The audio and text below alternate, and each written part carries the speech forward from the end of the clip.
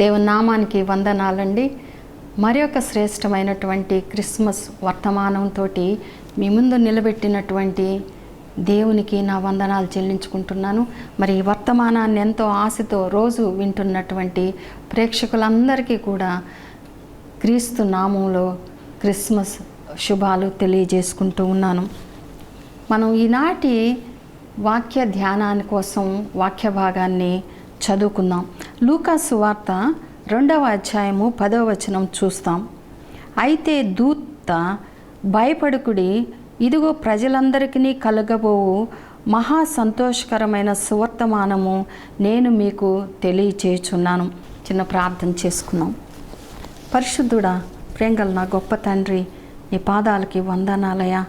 ఇదిగో నాయన, మహా సంతోషకరమైన సువర్తమానం దూత నాయన తెలియజేశారయ్యా. నీకు వందనాలు ప్రభా. ఆ సువార్తమానం ఏమిటో నాయన మాకు బయలుపరచండి అయ్యా. అందరూ ప్రజలయ్యా ఎంతో ఆసక్తితో వింటుండగా నాయన బిడ్డలందరూ నాయన ఆ శుభవర్తమానాన్ని, ఆ మహా సంతోషకరమైన వర్తమానాన్ని వినగలిగే అవకాశం ఇస్తున్నందుకు మీ కృపకు మీకు వేలాది వందనాలు చెల్లించుకుంటున్నాం ప్రభా. ఈ ధ్యానం అంతా మీరే మహిమ పొందుకోమని క్రీస్తు వారి పుణ్యనామన వేడుకుంటున్నాను తండ్రి, ఆమెన్. మరి దేవుడు తన శుభవర్తమానాన్ని, సంతోషకరమైన వర్తమానాన్ని తెలియజేయడం కోసం ఆ రోజుల్లో పామరులైనటువంటి గొర్రెల కాపరులను ఆయన వాడుకున్నాడు. కానీ సర్వలోకంకి, సర్వ సృష్టికి ఈనాడు ఆ శుభవార్తని, ఆ సంతోషకరమైనటువంటి సువర్తమానాన్ని అందించడానికి మనల్ని అందరినీ కూడా దేవుడు వాడుకోవాలని ఆశపడుతున్నాడు. మరి సమస్త ప్రజలు ఆనందించి ఆశీర్వదించబడే పర్వదినమే క్రీస్తు జననము. మరి దేవుని కుమారుడు నరావతారిగా ఈ లోకములో జన్మించిన శుభదినమే సర్వమానవాళికి పర్వదినము, అదే క్రిస్మస్.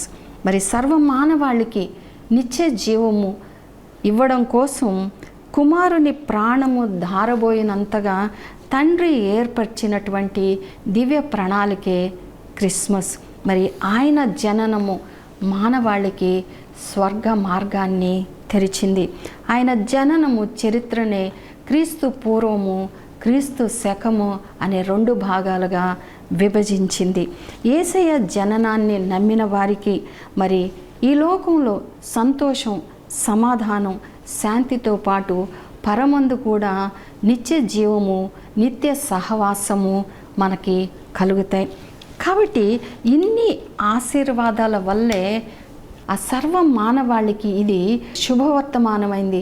మరి మహా సంతోషకరమైన వార్త అయింది.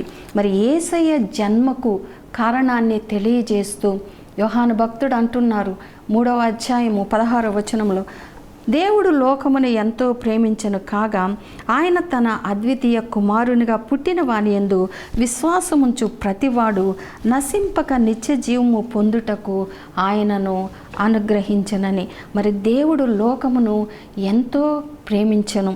మరి ప్రేమ అంటే ఏమిటి ఇది అని మనం ప్రశ్నించుకుంటే ప్రేమకి అర్థం కానీ నిర్వచనాన్ని కానీ మనం అక్షర రూపంలో వర్ణించలేము. కానీ ప్రేమ అనేది ఒక వాస్తవం, ప్రేమ అనేది ఒక త్యాగం, ప్రేమ అనేది క్రియ. మరి వాస్తవమైనది, త్యాగంతో కూడినది, క్రియలో చూపించుకోగలిగేది, ఇతరులతో పంచుకోగలిగిందే ప్రేమ అంటే.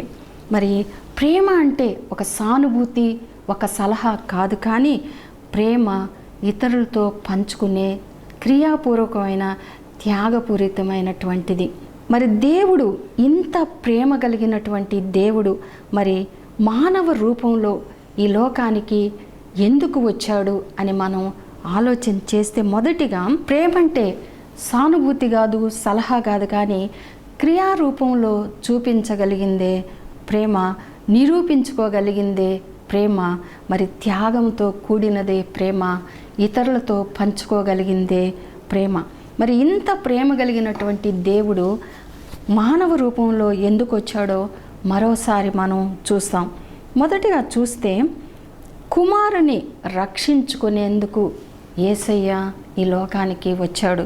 మరి ఇంతకీ ఎవరు ఈ కుమారుడు ఇతడు ఏమి చేశాడు, మళ్ళీ తిరిగి దేవుని చేత ఎలా రక్షించబడ్డాడో మనం చూస్తాం. ఆదికాండం 2వ అధ్యాయం అంతటిలో దేవుడు తన స్వహస్తాలతోటి ఆదాముని దంపతుల్ని తయారు చేయడం మనం చూస్తాం.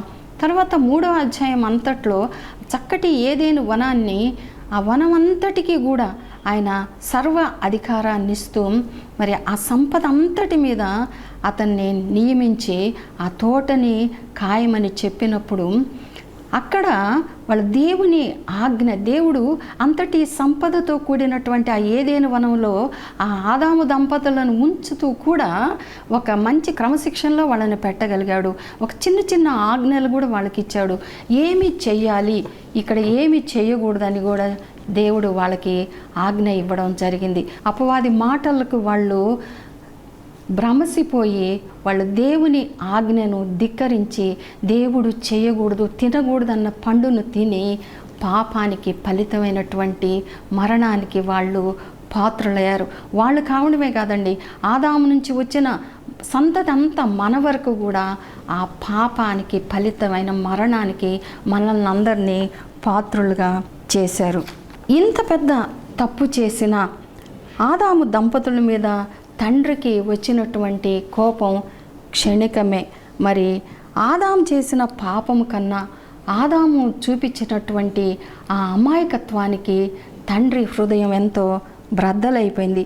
ప్రేమగా తన హస్తాలతో, తన సొంత హస్తాలతో చేసుకున్నటువంటి కుమారుడు తన నుండి దూరము కాకముందే రక్షించుకోవాలన్నటువంటి తపన తండ్రిలో ప్రారంభమైంది.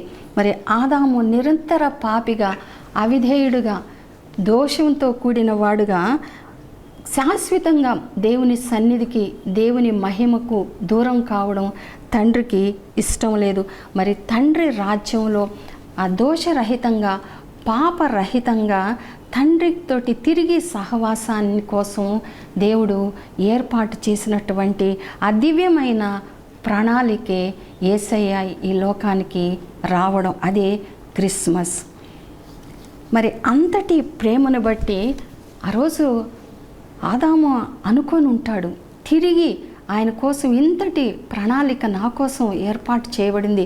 ఆ దిగంబరత్వంతో ఆ దేవుని మహిమను కోల్పోయి వాళ్ళు చేసినటువంటి ఆ పాపానికి వాళ్ళు దాగుకునేందుకు పరుగులు తీస్తూ ఉన్నప్పుడు ఏదేను వనంలోనే మొదటిగా దేవుడు గొర్రెపిల్లని వధించి ఆ రక్తాన్ని పాప ప్రాయశ్చిత్తంగా చేసి ఆ చర్మాన్ని వాళ్ళకి వస్త్రాలుగా తొడిగినప్పుడు ఆదాము మనసులో అనుకొని ఉండొచ్చు, వాళ్ళిద్దరు కూడా, అయ్యా ఎందుకు నాపై ఇంత ప్రేమ చూపించావు, నీ మాటను నేను ధిక్కరించాను, నీ మాటను నేను అవిధేయుడినయ్యాను, అయినా కూడా నన్ను క్షమించావు, నన్ను దగ్గరకు తీసుకున్నావు, నాకు మళ్ళా ఈ వస్త్రాలను ధరింపజేశావని, ఎందుకు ఇంత ప్రేమ నాపై చూపించావని ఆదాము ఆ రోజు అనుకొని ఉండొచ్చు. మరి రెండవదిగా చూస్తే తప్పిపోయిన కుమారుని కొరకు తండ్రి స్థానంలో నిలబడడానికి యేసయ్య ఈ లోకానికి వచ్చాడు. మరి తండ్రి ప్రేమ కాదని, తండ్రి ఇల్లే చెరసాల అనుకొని ఈ పాపపు ప్రపంచంలో విచ్చలవిడిగా తిరగాలని చిన్న కుమారుడు తండ్రిని విడిచిపెట్టాడు. ఈ లోక సంబంధమైనటువంటి ఆ భోగ భాగ్యాలను అనుభవించడానికి కోసము ఆయన తనకు రావలసినటువంటి ఆస్తిలో తన భాగాన్ని తీసుకొని తన స్నేహితులతోటి దూరంగా వెళ్ళిపోయాడు. కానీ రోజులు గడిచే కొద్దీ తనకి వాస్తవాలు తన కళ్ళ ముందు కనబడడం మొదలుపెట్టాయి. ఏదైతే కోల్పోయాడో దాన్ని తిరిగి పొందుకోవాలని తహతహలాడిపోతున్నాడు. మరి తన దగ్గర డబ్బులు ఉన్నప్పుడు, తన దగ్గర సమస్తం ఉన్నప్పుడు తన స్నేహితులందరూ అతనితో సంతోషంగా గడిపారు. కానీ ఎప్పుడైతే తను తెచ్చుకున్న ఆ ధనమంతా కరిగిపోయిందో తన స్నేహితులు వదిలిపెట్టడం, చివరికి తను బ్రతకడమే ఒక పూట భోజనానికి కూడా ఆ చిన్న కుమారునికి భారం అయిపోయింది. అలాంటి పరిస్థితుల్లో అతని యొక్క పాత రోజులు జ్ఞాపకానికి తెచ్చుకున్నాడు. తన తండ్రి దగ్గర తను ఎంతటి సౌఖ్యాన్ని, ఎంతటి సుఖాన్ని, ఎంతటి ప్రేమను అనుభవించాడో అతను తెలుసుకొని మరలా ఆలోచన చేస్తున్నాడు, మరలా పశ్చాత్తాపడుతున్నాడు, మరలా అనుకుంటున్నాడు, నేను నా తండ్రి దగ్గరికి వెళ్ళిపోవాలని ఒక తీర్మానానికి వచ్చేశాడు. తన ఆ పశ్చాత్తాపంలో కారుస్తున్నటువంటి ఆ కన్నీటిని తుడిచేందుకు తన తండ్రి హస్తాల కోసం ఆ చిన్న కుమారుడు ఎదురు చూస్తూ ఉన్నాడు. మరి ఆ చిన్న కుమారుడు ఆ పశ్చాత్తాపంతో, ఆ మారు మనస్సుతోటి తండ్రి ఇంటి వైపుకి బయలుదేరుతూ ఉన్నాడు. చెప్పుకోదగినటువంటి విశేషం ఏంటంటే, చిన్న కుమారుడు ఇంటి నుంచి బయలుదేరిన క్షణం నుంచి కుమారుని రాక కోసం తండ్రి ఎదురు చూస్తూనే ఉన్నాడు. మరి క్షణికమైన ఆవేశంలో కుమారుడు తన ఇంటి నుంచి కూడా వెళ్ళిపోయినప్పటికీ కూడా శాశ్వతమైన ప్రేమతో తండ్రి కనిపెడుతూనే ఉన్నాడు. పరిశుద్ధ గ్రంథంలో ఉంది, అల్లంత దూరములో ఉండగానే తండ్రి కుమారుణ్ణి గుర్తించాడంట. కుమారుడు ఎప్పుడైతే తన ఇంటి వైపు వస్తున్నాడో చాలా దూరములో ఉండగానే ఆ కుమారుని కోసం ఎదురు చూస్తున్నటువంటి ఆ తండ్రి అంత పెద్ద వయసులో పరిగెత్తుకొని పోయి ఆ కుమారుని తన 2 చేతులతో తన హృదయానికి హత్తుకొని ఎంతగానో దుఃఖిస్తూ ఉన్నాడు. మరి తప్పిపోయిన కుమారునికి తిరిగి తండ్రి సహవాసం, తండ్రి ప్రేమ దొరికింది. అంతేకాకుండా ఆ పాపపు బురద కడగబడింది. ఆ స్థానంలో తండ్రి అతనికి నీతి వస్త్రాన్ని ధరింపజేశాడు. అంతేకాకుండా అతనికి అధికారాన్ని ఇస్తూ తన ఇంటిలో తిరిగి స్వాస్థ్యాన్ని పొందుకునే విధంగా ఆ గౌరవానికి సూచనగా ఆయన కుమారుని చేతికి ఒక మంచి బంగారు ఉంగరాన్ని కూడా పెడుతూ ఉన్నాడు. మరి తండ్రి ఇల్లంతా కూడా సంబరాలతో నిండిపోయింది. తండ్రి అంటున్నాడు, ఈ నా కుమారుడు చనిపోయి మరలా బ్రతికెను, తప్పిపోయి దొరికినని ఎంతో సంతోషంతో ఆ విందుల్లో పాల్గొని వారు సంతోషపడసాగారు. మరి ఇంతటి ప్రేమ యేసయ్య మనపైన చూపించడానికి, తండ్రికి దూరం అయిపోయినటువంటి, పాపానికి దగ్గరైనటువంటి మనల్నందరినీ తిరిగి మనం దేవుని దగ్గరికి పశ్చాత్తాపంతో వస్తే మనల్ని కూడా మనతో కలిసి యేసయ్య సంతోషించడానికి మన కోసం ఎదురు చూస్తూ ఉన్నాడు. మనం ఎప్పుడైతే పశ్చాత్తాపం కలిగి తిరిగి ఆ పాపం నుంచి యేసయ్య సన్నిధికి, యేసయ్య సహవాసాన్ని ఇష్టపడి తండ్రి దగ్గరికి రావాలని యేసయ్య మన కోసం ఎదురు చూస్తున్నాడు. మనల్ని అందరినీ తిరిగి తన దగ్గరికి రప్పించుకునే దానికోసమే యేసయ్య ఈ లోకానికి వచ్చాడు. మరి 3వదిగా చూస్తే, ఘోరమైనటువంటి పాపిని పరదైసుకు పరిచయం చేయడానికి యేసయ్య ఈ లోకానికి వచ్చాడు. మరి జీవితం అంతా కూడా పాపంలోనే జీవిస్తూ ఆ పాప ఫలితం, ఆ సిలువ రూపంలో ఆ సిలువ శిక్షను అనుభవిస్తున్న రెండవ దొంగే కాదండి, ఆ ఇద్దరు యేసయ్యకి సిలువ వేయబడినటువంటి ఇద్దరు దొంగలు కూడా యేసయ్యకి చాలా అందుబాటులో ఉన్నారు. సిలువ మీద వేలాడుతున్న యేసయ్యకు తనను తాను పరిచయం చేసుకోవాలని రెండవ దొంగ ఆశపడుతూ ఉన్నాడండి. తన ఆత్మలో పరిశీలన చేసుకుంటూ ఉన్నాడు. నేనైతే ఈ శిక్షకు తగినవాడనే, యోగ్యుడనే, ఇతడు ఏ శిక్ష చేయలేదు, ఏ పాపం చేయలేదు, మరి ఘోరమైనటువంటి మాతో సమానంగా ఈ పుణ్యాత్ముడు సిలువలో వ్రేలాడుతూ ఉన్నాడు, ఎందుకు ఇలా జరిగింది అని అతను పశ్చాత్తాపడడం మొదలుపెట్టాడు. ఎప్పుడైతే యేసయ్య మొదటి మాటగా చెప్పాడో, తండ్రి వీరేమి చేయుచున్నారో వీరెరుగరు గనుక వీరిని క్షమించు అన్న మాట ఆ రెండవ దొంగలో మంచి పశ్చాత్తాపానికి కారణమైంది. ఏ తప్పు, ఏ దోషము, ఏ నేరము చేయని ఇతనిని ఎందుకు ఇంతగా బాధిస్తున్నారు అని ఆ యేసయ్య ముఖం వైపు చూసినప్పుడు ఆ కనికరమైన ముఖాన్ని, ఆ ప్రేమ కలిగినటువంటి ముఖాన్ని ఆ దొంగ చూసి అడుగుతున్నాడు, యేసు నీ రాజ్యంలోనికి వచ్చేటప్పుడు నన్ను జ్ఞాపకం చేసుకోయని బ్రతిమాలుతూ ఉన్నాడు. మరి ఎందుకు వచ్చింది ఇంతటి మార్పు? గజ దొంగలో ఎందుకు వచ్చిందంటే యేసయ్య అన్నటువంటి మొదటి మాట, వీరేమి చేయుచున్నారో వీరు ఎరుగురు గనుక వీరిని క్షమించు అని తండ్రికి విజ్ఞాపన చేస్తున్నట్టు ఇంతటి మేలులు, ఇంతటి స్వస్థతలు, ఇంతటి అద్భుతాలు అన్నీ చూసినటువంటి ఈ ప్రజలందరూ యేసయ్య మీద నేరాలు మోపి ఇంతమైన ఘోరమైనటువంటి ఆ సిలువకు అప్పగించారే, మరి ఇందరినీ క్షమించినటువంటి ఈ దేవుడు నన్ను కూడా క్షమిస్తాడేమో, ఈ చివరి క్షణంలో నేను దేవుణ్ణి క్షమాపణ అడిగితే నాకు కూడా చిన్న అవకాశం ఇస్తాడేమో అనుకున్నాడు. ఆ యేసయ్య కనికరం కలిగినటువంటి, ప్రేమ కలిగినటువంటి ఆ వదనంలోనికి చూసినప్పుడు తన భ్రష్ట స్థితి, తన పాపపు స్థితి, తన నీచ స్థితి ఆయనకి గుర్తు రావడం మొదలుపెట్టి ఎంతో పశ్చాత్తాపాన్ని కలిగి ఉన్నాడు.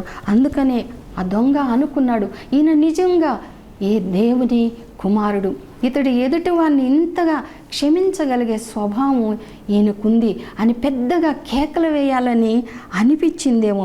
మరి ఈయన నీతిమంతుడు, ఈయన పాపరహితుడు, ఈయనకి శిక్ష తగినది కాదు, ఇది నాకైతే న్యాయమే అని పెద్దగా గొంతెత్తి ఆ సిలువలోనే అరవాలనిపించిందేమో. తను పాపినని అంగీకరించాడు, తన దోషమంతటిని తెలుసుకున్నాడు. అదే సమయంలో యేసయ్య నీతిమంతుడు, పాపరహితుడు అని గుర్తెరగగలిగాడు. అందుకనే అంటున్నాడండి, మరొకసారి చెప్పాలని ఆశపడుతున్నాను, యేసు నీ రాజ్యంలోనికి వచ్చేటప్పుడయ్యా నన్ను జ్ఞాపకం చేసుకుంటున్నాడు.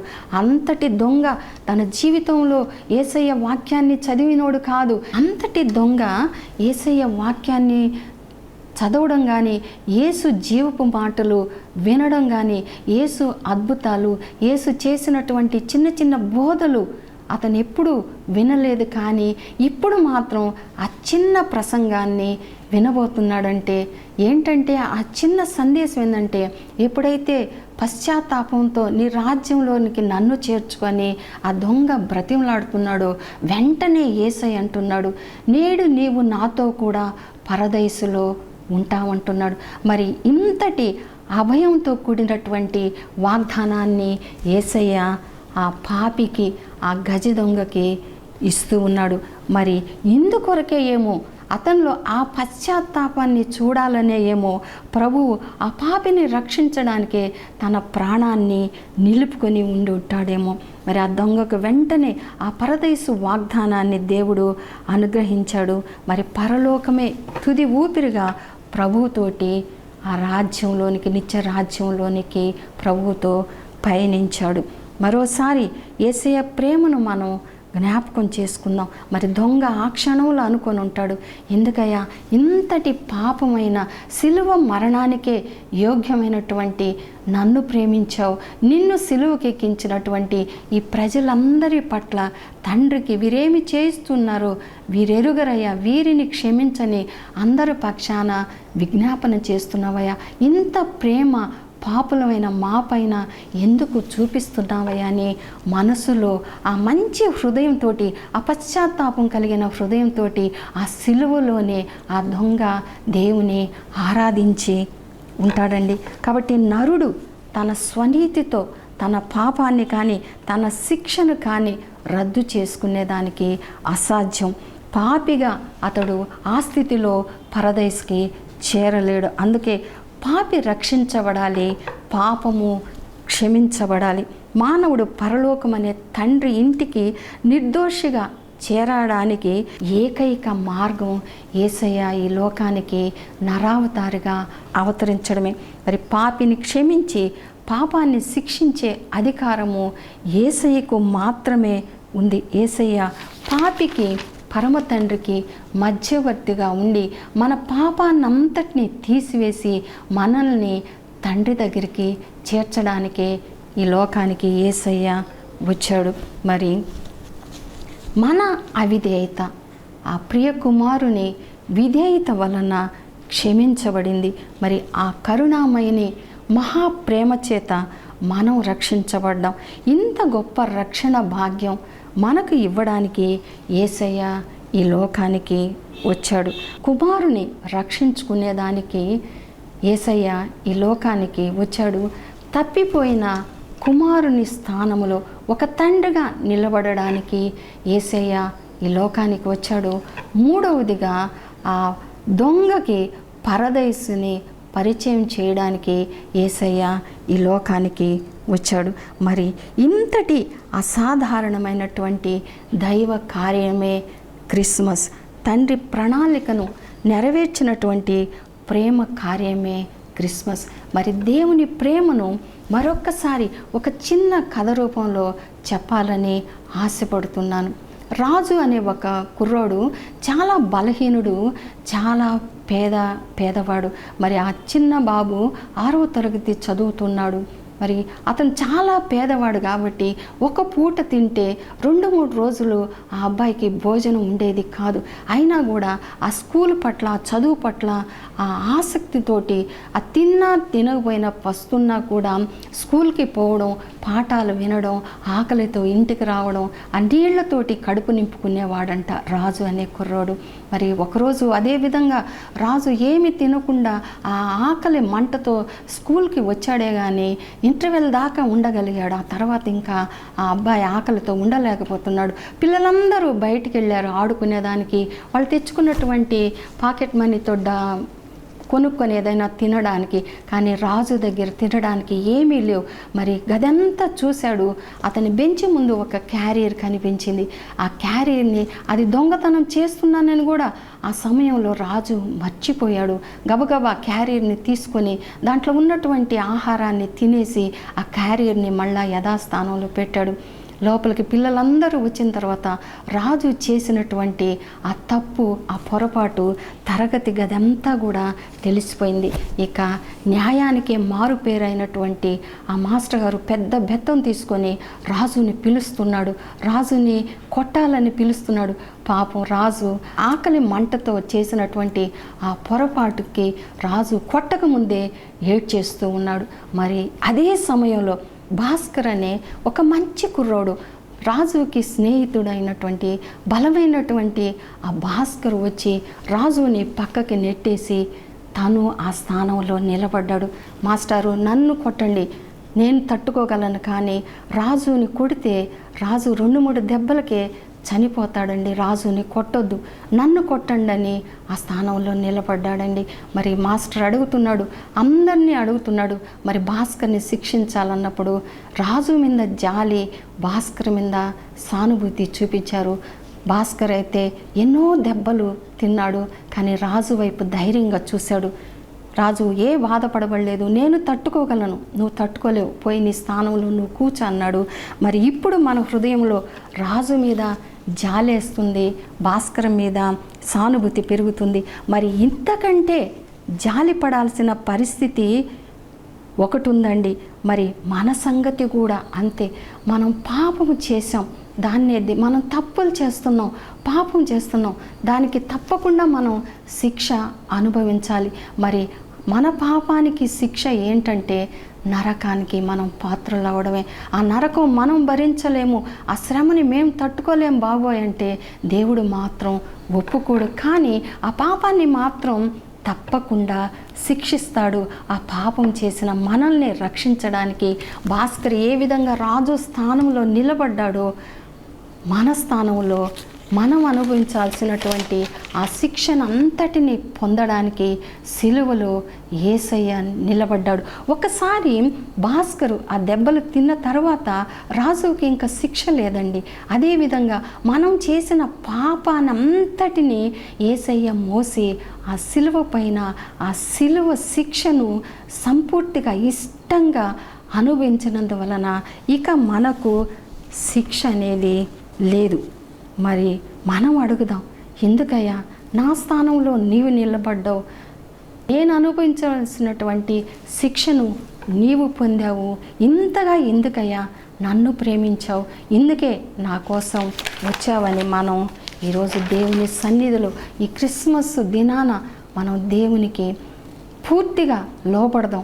ఇక మీదట మరలా పాపం చేస్తూ దేవునికి ఆ సిలువను మరలా వేయకుండా దేవుని పుట్టిన రోజుని, ఈ క్రిస్మస్ని మనం ఎంతో సంతోషంగా దేవునికి విధేయులుగా పాపానికి దూరంగా దేవుని సహవాసానికి, దేవుని మహిమకు మనం దగ్గరగా జీవిస్తూ దేవునికి అంగీకారమైన బిడ్డలుగా మనం జీవించాలని కోరుకుంటూ మీ అందరికీ కూడా క్రిస్మస్ శుభాలు కలగాలని ఆశిస్తూ మరొకసారి wish you all a happy and merry Christmas. Thank you. చిన్న ప్రార్థన చేసుకుందాం. పరిశుద్ధుడా, ప్రేంగల నా గొప్ప తండ్రి, నీ పాదాలకి వందనాలయ్యా. తండ్రి నాయన, మీ పట్ల చేసినటువంటి అదివ్యమైన ప్రణాళికను బట్టి అయ్యా నీకు వేలాది వందనాలు ప్రభువా. మమ్మల్ని రక్షించడానికి ఈ లోకానికి వచ్చిన దేవుడివయ్యా, మిమ్మల్ని మీరు తగ్గించుకున్న దేవా, నీకు వేలాది వందనాలు ప్రభువా. నీకు అంగీకారమైన బిడ్డగా మేమందరం ఉంటూ ప్రభువా, నీకు ఇష్టంగా ఈ లోకంలో మా జీవితాలను గడిపి నాయన నీ పరదైస్కి, నీ నిత్య రాజ్యానికి వారసులుగా ఉండడానికి ఈ లోకంలో మేము మీ చేత సరిచేయబడుతూ మీ మంచి మార్గంలో మేము నడిచి కృప దయచేయమని మా జీవితాల్లో మాకిచ్చిన మరి యొక్క ఈ క్రిస్మస్ దినాన్ని బట్టి వందనాలు చెల్లించుకుంటూ క్రీస్తు వారి పుణ్యనామమున వేడుకుంటున్నాను తండ్రి. ఆమెన్.